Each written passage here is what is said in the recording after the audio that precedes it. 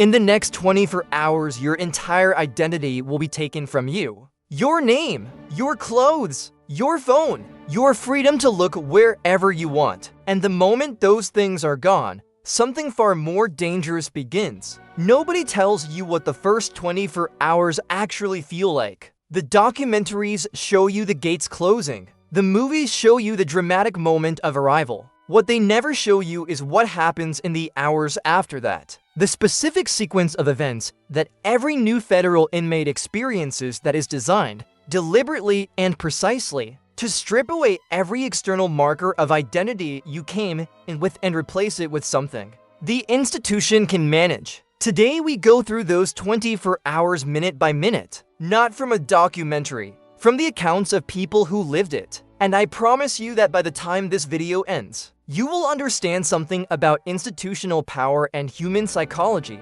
that most people spend their entire lives never having to confront directly. The moment the van stops, you have been in a transport vehicle for hours, maybe days if you were moved through multiple facilities. The windows are covered or positioned so you cannot see where you are going.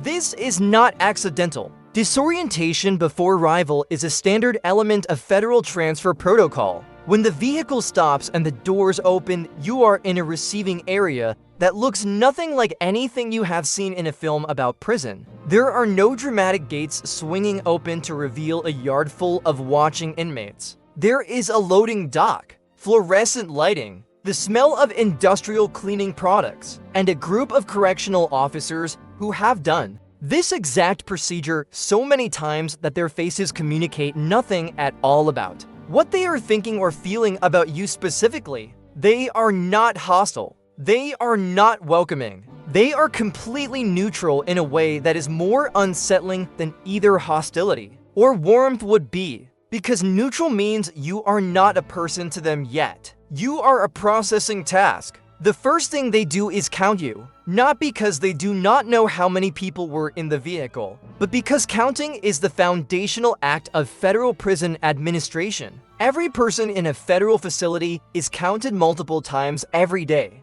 for the entire duration of their sentence. From the moment you arrive, you are a number in a count that never stops. You will be counted when you wake up, counted before meals, counted after meals, counted before lockdown, counted during the night. The count is the heartbeat of the institution, and from the moment you step off that transport vehicle, you are part of it permanently. The strip within the first 30 minutes of arrival, you go through the intake process, and the intake process begins with the thing that former inmates consistently describe as the most psychologically significant moment of their entire first day, more significant than the cell, more significant than the first interaction with other inmates, more significant than any single moment that follows. The strip search. You remove every piece of clothing you are wearing. Everything. The clothes you chose this morning or whenever you were last free to choose what you wore. The items that were yours, that smelled like your life, that connected you physically to the person you were before you got into the transport vehicle. They go into a bag. The bag gets sealed, and you stand in a room under fluorescent lights in front of people you have never met, and you go through a search procedure that is designed to be thorough and that is not designed to be comfortable. Former inmates do not describe this moment primarily in terms of physical discomfort. They describe it in terms of what it does to something less tangible than the body. The sense of self that a person carries partly through the physical markers of their identity collapses in that room. The clothes, the phone, the wallet, the watch, the small objects that accumulate in a life and that a person stops noticing because they have always been there. All of it is gone at the same moment, and what replaces it is a federal prison uniform that is identical to the uniform worn by every other person in the facility.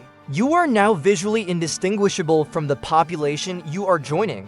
That is not a side effect of the intake process. That is its purpose. The classification for the strip search comes the paperwork, hours of it. You will sit in a processing area and answer questions from staff who are completing forms. That will determine almost every aspect of your life inside the facility. Your medical history, your mental health history, your gang affiliations if any, your enemies if any, people you cannot be housed near, because of the nature of the case that brought you here. Your educational background, your work history, your family contacts, your financial situation. Every answer you give becomes part of a file that will follow you through the federal system for the entirety of your sentence. And while you are completing this paperwork, something else is happening simultaneously that the institution does not announce. Other people are looking at you, staff who have been doing this for years and who have developed a specific kind of observational skill are watching how you sit, how you answer questions,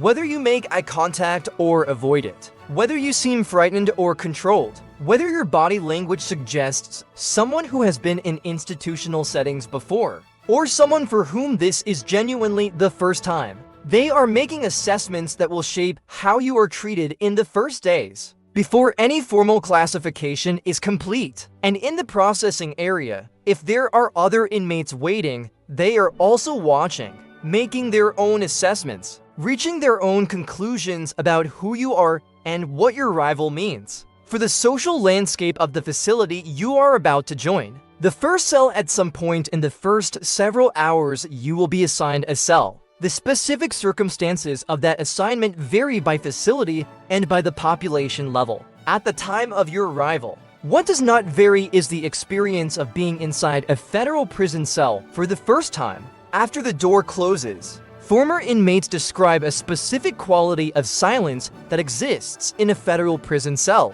that they have never encountered in any other context. It is not simply the absence of the sounds of the outside world. It is the presence of a particular kind of quiet that has a weight to it. The weight of the concrete around you, the weight of the steel door, the weight of the understanding, arriving in that moment with a clarity that no earlier part of the process produced, that you are not going anywhere.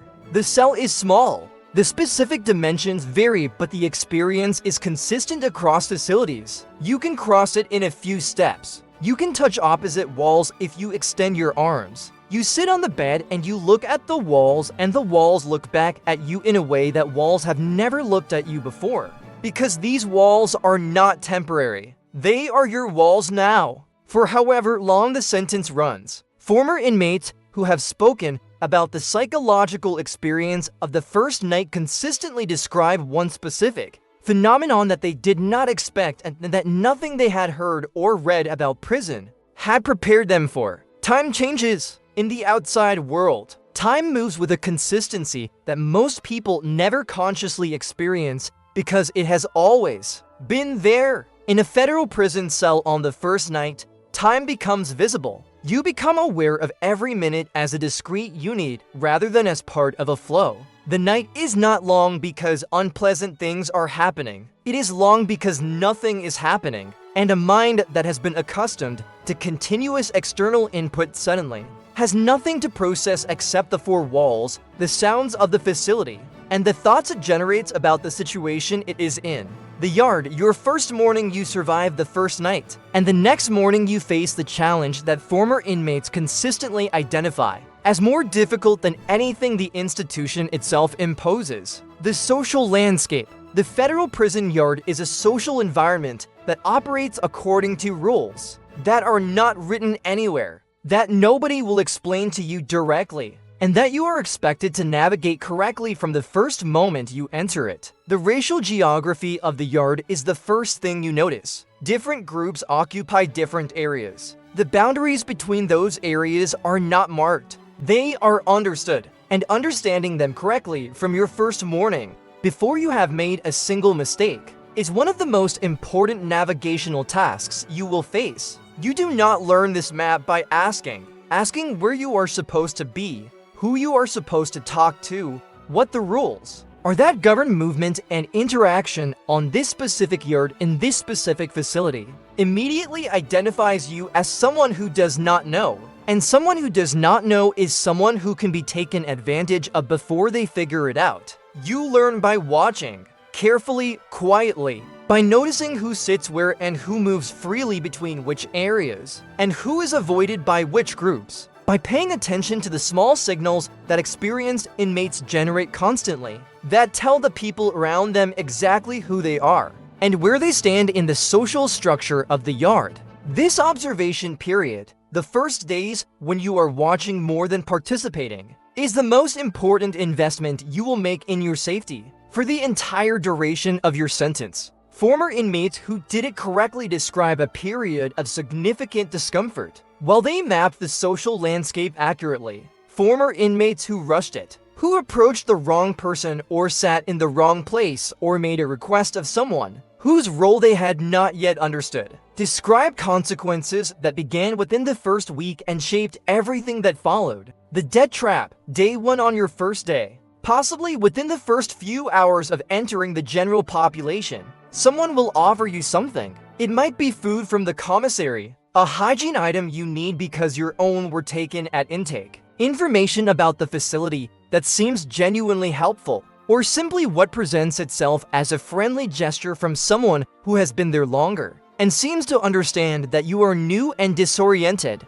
Every experienced inmate knows what this offer is. Every experienced correctional officer knows what this offer is. You may not know what it is. It is the beginning of a debt. Nothing in a federal prison is given. Everything is exchanged. The person making the offer is not being kind. They are making an investment that will come due at a time and in a manner of their choosing, not yours. The item they give you is worth significantly less than what they will eventually collect. The debt, once created, does not disappear if you decide you do not want to honor it. It grows. And the people it grows with have far more experience managing the collection process in this specific environment than you have managing the avoidance of it. Do not take anything from anyone you do not know on your first day. Not a cigarette. Not a piece of advice that comes with an expectation attached. Not a favor, nothing. The cost of those items is never the cost of those items. 24 hours, 1 day.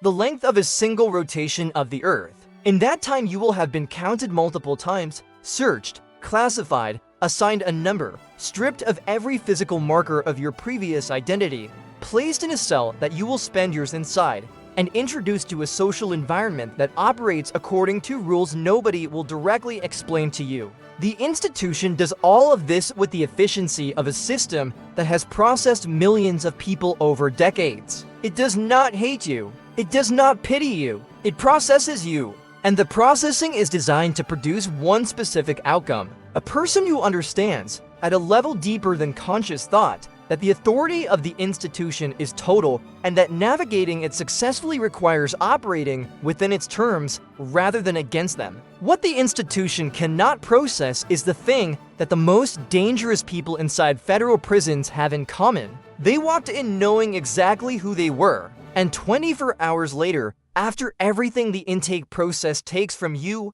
they still knew. That knowledge is the only thing in there that nobody can search out of you at intake. Keep it. Subscribe to Dark Ranks. Every institution has a hierarchy. Every hierarchy has a price. Stay dark.